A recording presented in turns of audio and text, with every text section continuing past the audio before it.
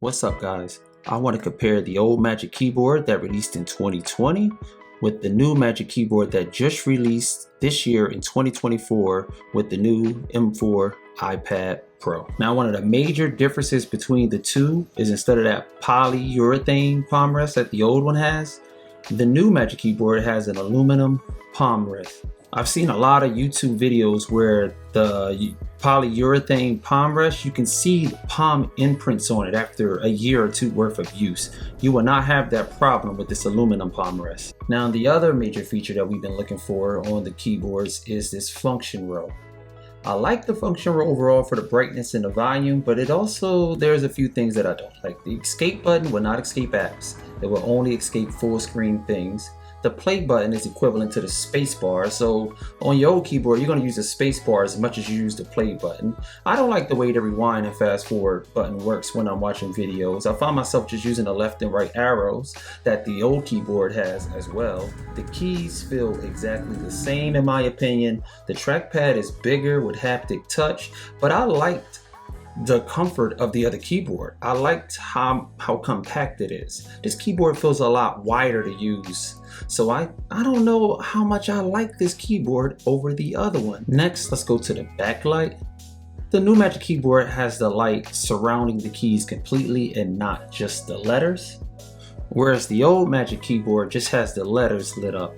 I never really turned my brightness above like 40% anyway, so both keyboards work. You're never really gonna have that brightness too bright anyway in most cases, so both keyboards, the lighting is good. As far as the build quality, the new Magic Keyboard has a better viewing angle, but other than that, it has an aluminum hinge that makes it really hard to open sometimes, and if you open it up on your desk or different wooden surfaces, you can scratch it.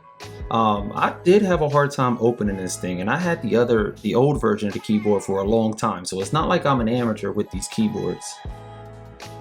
Now, the old Magic Keyboard has that hinge covered with the polyurethane material, and I find this keyboard a lot more sturdy than the other keyboard when you're using it on uneven surfaces. Like, I use it in the bed a lot. The other keyboard tend to rock in the bed, but this keyboard is a lot more sturdy in the bed, and plus the wider viewing angle on the other keyboard, if you're in a bed or if it's in your lap, makes it more likely to fall out of your lap.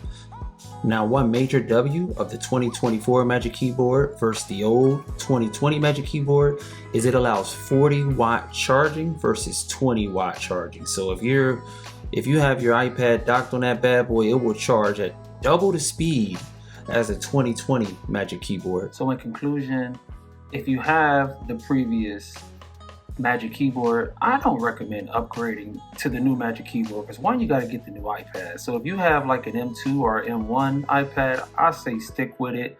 If you got that Magic Keyboard, it's fine. I upgraded to the M4 iPad just for this keyboard and I ended up taking both of them back. Like, it wasn't that bad, but it also wasn't that good. Like $1,300 for that upgrade, it just wasn't enough for me. Especially that I was using the space bar as the play button most of the time. Like, simple things like that, it just wasn't enough. I have to love it to spend $1,300 on that upgrade, and I didn't love it. I liked it, but I didn't love it. But that's all I got, man. I'm out.